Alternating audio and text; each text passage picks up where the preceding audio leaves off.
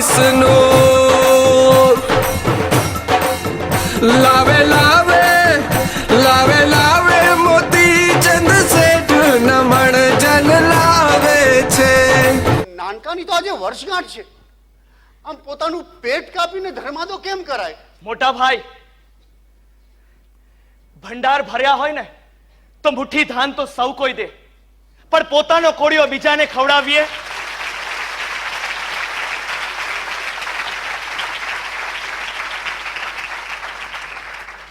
જો પોતાનો કોળિયો બીજાને ખવડાવીએ તો જ ખરા શ્રાવક કહેવાય. નહીં બા? અને બા જ કહે છે કે ભૂખ લાગવી એ પ્રકૃતિ, પેટ ભરાય પછી એ ખાવું એ વિકૃતિ, પણ પોતાનો કોળિયો બીજાને ખવડાવો એ આપણી સંસ્કૃતિ. અરે જીવ કઈ મારા ખિસ્સામાં પડેલું પતાસું છે કે કાઢીને આપી દઉં? તમારા બાપુજીની પેઢી કઈ ખિસ્સામાં પડેલું પતાસું છે કે તમે માંગો ને અમે આપી દઈએ? એવો તે કયો મોટો ખજાનો હાથ લાગ્યો છે? મારા માટે તો એ જ ખજાના જે છુપા, મારી હિંમત, ગુરુજનોના આશીર્વાદ ને પાર્શ્વના દાદાની કૃપા.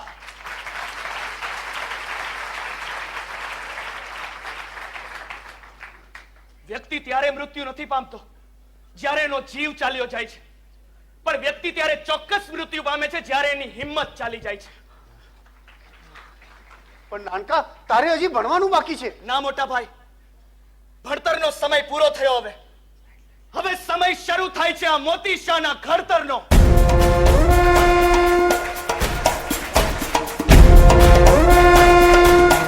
અરે જાઉં ઝાંઝીમાં, તારો ભાઈ મોકલાવે મને ચીન. એ પોયરા 100 રૂની ગાંસડી મારે ઝાંઝીબાર મોકલાવાની છે, નહીં કે ચીન. મને ખબર છે શેઠ, હા, પણ આજે ચીન જઈ રહ્યું છે તમારું સ્ક્રૂનર જહાજ, એ થઈને જશે તો શ્રીવર્ધન બંદર જ ને. ક્યાં? અરે નેમચંદ, તારો ભાઈ તો મોટી છે, મોટી, અસલ બસરાનું મોટી. હે? તારો ભાઈ આજથી આપણી પેઢીમાં નોકરી હે, અને એ મોટિયા આજથી તારો પગાર મહિને રૂપિયો. શેઠજી, પગાર રૂપિયો નહીં, બારાના જ આપજો, પણ મારું નામ મોતીયો નહીં, મોતી શાહ છે એ વાત યાદ રાખજો.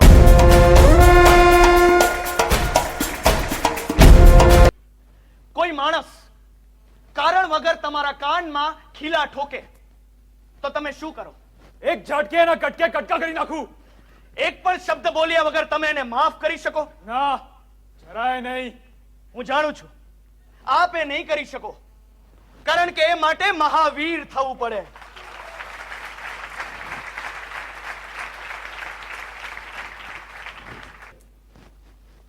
હું ભવિષ્ય બાકી રહ્યો છું કે આ ભારત વર્ષને ફિરંગીઓની પકડમાંથી આઝાદ કરાવવામાં તમારા વાણિયાઓનો મોટો હાથ હશે.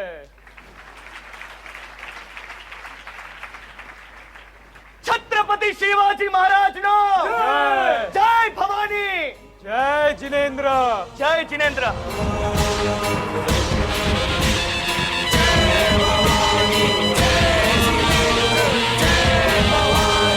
સિંહને શિકારમાં, ચિત્તાને રફતારમાં અને વાણિયાને વેપારમાં કોઈ હંફાવી ના શકે.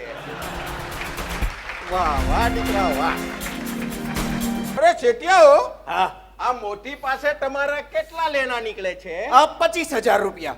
25,000?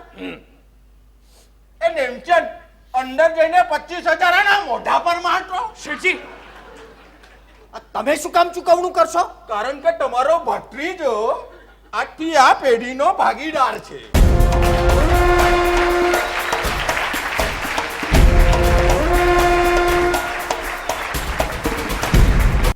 મોતી, મુંબઈમાં દેરાસર બંધાશે?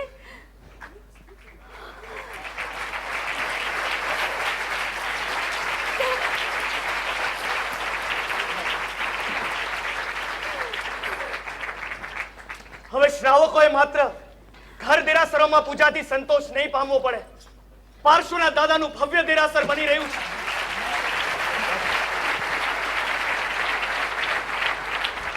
શેઠજી, લોકો તો આવવાના જ, પછી એમને મદદની જરૂર હોય કે ના હોય. આ લોકોને મફતનું ખાવાની ટેવ પડી ગઈ છે.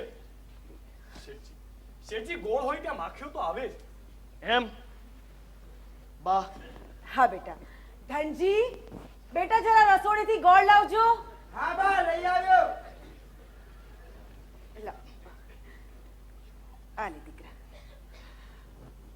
મુનિમજી, આ રહ્યો ગોળ. કેમ એક પણ માખી નથી આવી રહી? શેઠજી, અત્યારે તો રાત છે, એ તો દી હોય ત્યારે આવે. હું એ જ કહું છું મુનિમજી, અત્યારે અમારા દી છે, આવવા દો.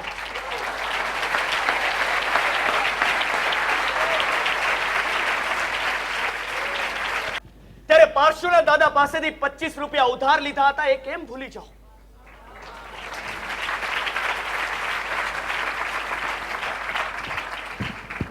હવે એમને પાછો વાળવાનો સમય થયો છે. તમે ઘણા તો પાછા વાળી ચૂક્યા છો. તો એ બધા એમણે જ આપ્યા છે ને.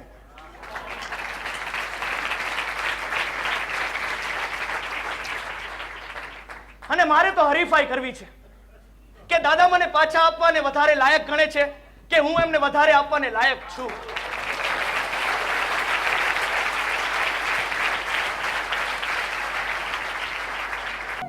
આ તે કેવી બીમારી આપી દાદા કે હું તમારા દર્શન માટે તમારી પાસે નથી આવી શકતો. તારા કરતા તો મરી જવું એ જ અરે સારું. કાકા, શું બોલી રહ્યા છો આપ? આદિના દાદાના દર્શન હું કરાવીશ તમને, ચિંતા ના કરો. હું કરાવીશ. અત્યારે શાતા રાખો ને ઘરે જાઓ, હું કરાવીશ. મુનિમજી, આપનું વચન પાળજો શેઠજી. મને લઈ જાઓ. દીકરા, તારે આવું ઠાલું વચન નહોતું આપવું જોઈતું. તું કઈ રીતે પૂરું કરીશ આ વચન? હા નાનકા, કઈ રીતે આ વચન પૂરું થશે?